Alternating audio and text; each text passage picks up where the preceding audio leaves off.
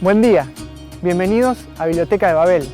Lo que tenemos aquí al lado son los talleres de Miretti y compañía, que actualmente siguen funcionando, pero en donde en agosto de 1929 comenzó una revolución, o al menos una de las mayores protestas laborales, si no la mayor, en la historia de San Francisco.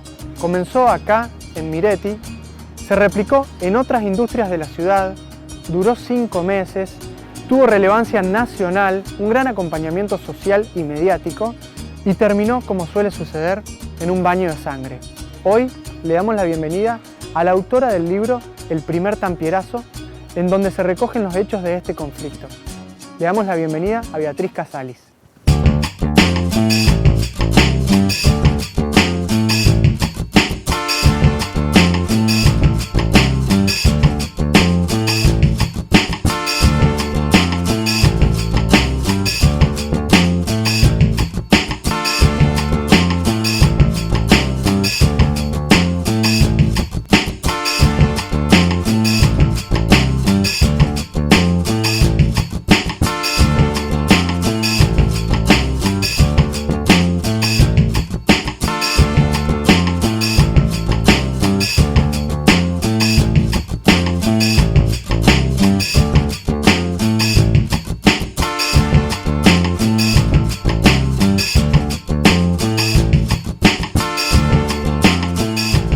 Bueno, estamos con Beatriz Casales, historiadora, autora del libro El primer tampierazo, acá en el Molino Boero, anteriormente conocido como Molino Meteoro, para hablar de lo que fue este largo conflicto obrero.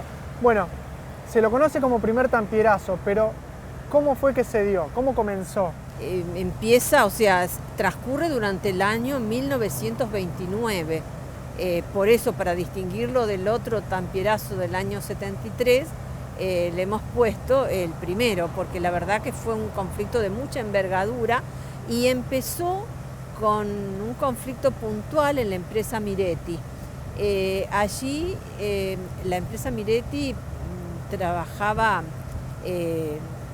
materiales para el campo, fundamentalmente. Es una empresa que entonces empezó teniendo conflictos allí, puntuales, y los delegados de la empresa entonces le presentan a los hermanos Miretti un pliego de condiciones. El pliego tenía que ver con el trabajo de 8 horas que no se cumplía, con el reconocimiento a la entidad gremial, porque ellos acá no había, digamos, sindicato por rubros, sino que estaban agrupados en lo que se llamaba todos en el sindicato de oficios varios.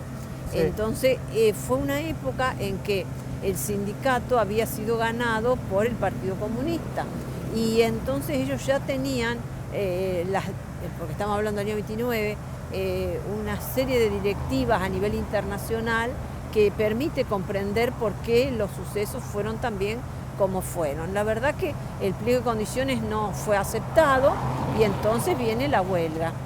Y entonces la huelga contaba no solamente con la no concurrencia, sino también con manifestaciones en las cercanías de la empresa y en los lugares donde se hacía visible la cosa.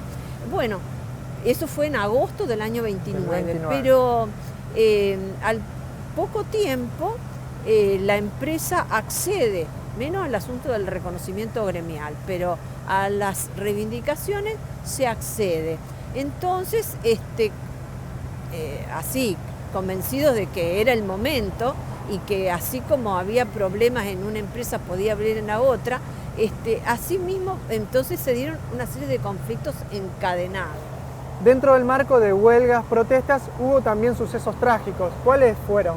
Claro, aquí hay que pensar cómo era la cosa. No es que directamente la gente no iba a trabajar y ya está. No, hubo toda una serie de batería de formas de protesta. Una de ellas era la manifestación callejera.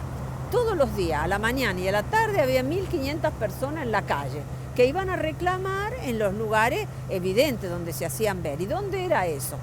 El ferrocarril del centro, el Central Córdoba, tenía una plazoleta. Ahí se juntaban, que quedaba, digamos, frente a lo que hoy es la Casa de Córdoba. Ahí estaba la plazoleta.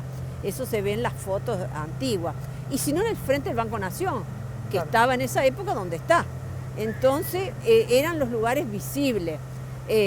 O en el Ferrazzi, que era que estaba al frente. Es decir, eran los lugares, pero si no también los lugares donde estaban las empresas. Entonces se hicieron muchas manifestaciones en Miretti, en las esquinas, en Tampieri, en las esquinas, y acá en Bueros. Por eso, después que se hacían mitines y se hacían discursos, grandes manifestaciones que culminaban con discursos. Había, por supuesto, panfletos, había que se repartían, es decir, muchas formas de manifestar. Y por supuesto, las empresas pidieron la protección policial. Entonces viene, desde Córdoba mandan el escuadrón de seguridad. Entonces esto tenía que terminar de una manera bastante trágica, porque el enfrentamiento fue increciendo y en noviembre, cuando se hacía una huelga general, y allí se produce acá una cuadra del Molino, por lo que hoy es Juan B. Justo, ahí se produce el enfrentamiento y fue trágico porque mueren obreros y mueren también policías. Y uno de ellos es una obrera chica de 14 años que hacía poco que había empezado a trabajar en Tampieri, Herminia Venegas. Sí. Su entierro fue una gran manifestación de fervor popular, porque el diario La Voz de San Justo, que cronicó los sucesos desde el primer día, cuenta de que hubo como 5.000 personas en ese entierro. Por lo que comentabas también del diario, los sucesos tuvieron mucho acompañamiento social y mediático. Sí, la sociedad acompañó a la situación de huelga, que se sabía que todas las reivindicaciones que los obreros solicitaban eran realmente válidas. Las horas de trabajo, el que las mujeres y los niños tuvieran horas limitadas de labor, porque trabajaban niños en esa época. Y a nivel de la prensa, no solamente cubrió La Voz de San Justo, que cubrió mucho desde el primer día hasta el último, sino que hubo medios de Córdoba, el diario Córdoba, por ejemplo. O sea, los sucesos tuvieron realmente repercusión y fueron cubiertos por enviados especiales. Y ahí tenemos las fotos. Sí. Sí. El conflicto perdura hasta fin de año. Sí. Pero ¿cuál fue el resultado también? ¿Qué lograron los obreros? Así fue. Entonces, cuando terminan, ¿no es cierto?, cuando mueren todas estas personas, es como que en el Molino se terminó la huelga, ¿no es cierto? Y dura, o sea, permanece en la ciudad el escuadrón de seguridad, pero hacia diciembre se desconocen entre ellos en una reyerta interna, policial, y matan el jefe, Garay. Entonces allí lo retira Córdoba, ¿no es cierto?, al escuadrón de seguridad, que tiempo después lo van a anular.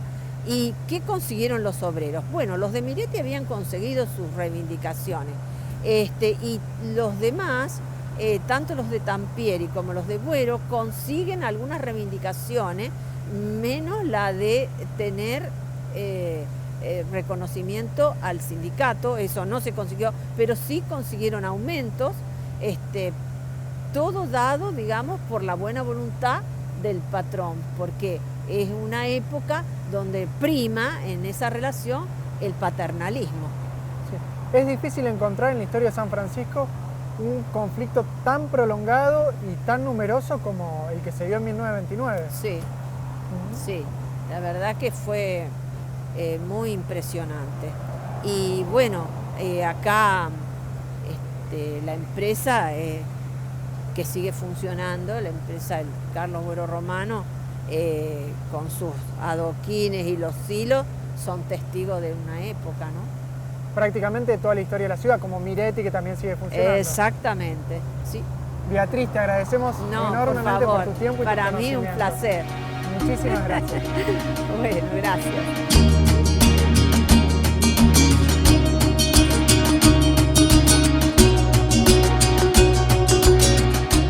El recorrido nos trajo hasta acá, hasta la fábrica Tampieri, en donde este conflicto terminó en diciembre de 1929.